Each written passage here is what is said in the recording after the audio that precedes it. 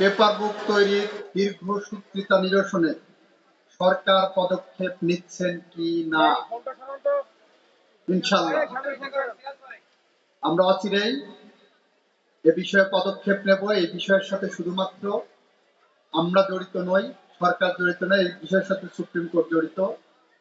ইতিমধ্যে আমি মাননীয় প্রধান বিচারপতির সাথে কথা বলেছি এবং ফাঁসির আসামিদের বিষয়ে তাদের শাস্তি এবং বিচার এবং তাদের বিচার প্রক্রিয়া দ্রুত শেষ করার জন্য যতটা পদক্ষেপ নেওয়া প্রয়োজন আমি ঠিক ততটাই পদক্ষেপ নেব। এইভাবে আমরা প্রতিশ্রুতিবদ্ধ। আপনি ইতিমধ্যে দেখেছেন ঢাকার মিরপুরে রামিসা হত্যাকাণ্ড, কি নির্মম নৃশংসতা, কি পৈশাচিকতা!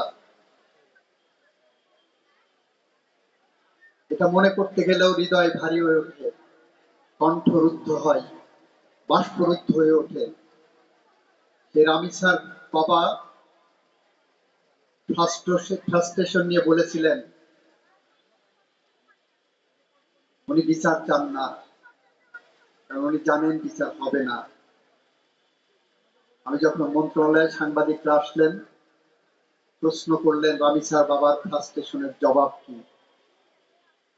আমি বলেছিলাম এই ফ্রাস্ট্রেশনের জবাব একমাত্র রামিসার এই হত্যাকাণ্ডের নৃশংসতার বিচারের মধ্য দিয়ে দেওয়া যাবে, অন্য কোনো ভাবে বক্তৃতা দিয়ে দেওয়া যাবে না।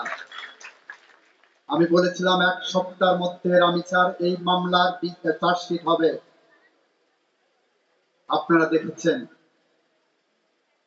আমরা 1 সপ্তাহ পূরণ হওয়ার আগেই চার্জশিট দাখিল করেছি। আমরা রামিসা হত্যাকাণ্ডের বিচারের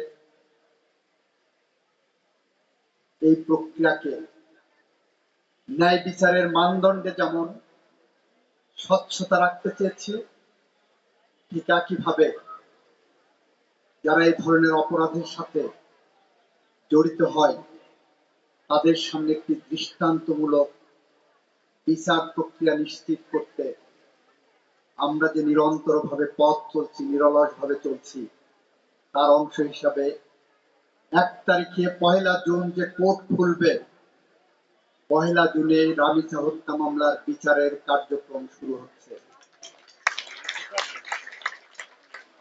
সুতরাং আপনারা ধৈর্য ধরেন।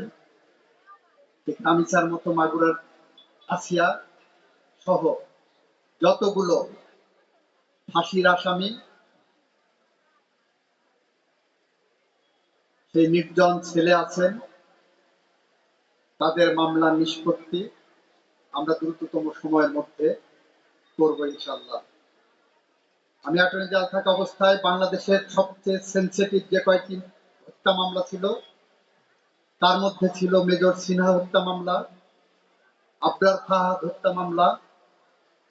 আমরা অগ্রাধিকার ভিত্তিতে এই সমস্ত সেনসিটিভ হত্যা মামলা বিচার প্রক্রিয়া হাইকোর্ট পর্যন্ত সমাপ্ত করে আসতে পেরেছিলাম। আপিল বিভাগও আমরা আশা করি এই বিষয়ে দ্রুততম সময়ের মধ্যে পদক্ষেপ নেবেন।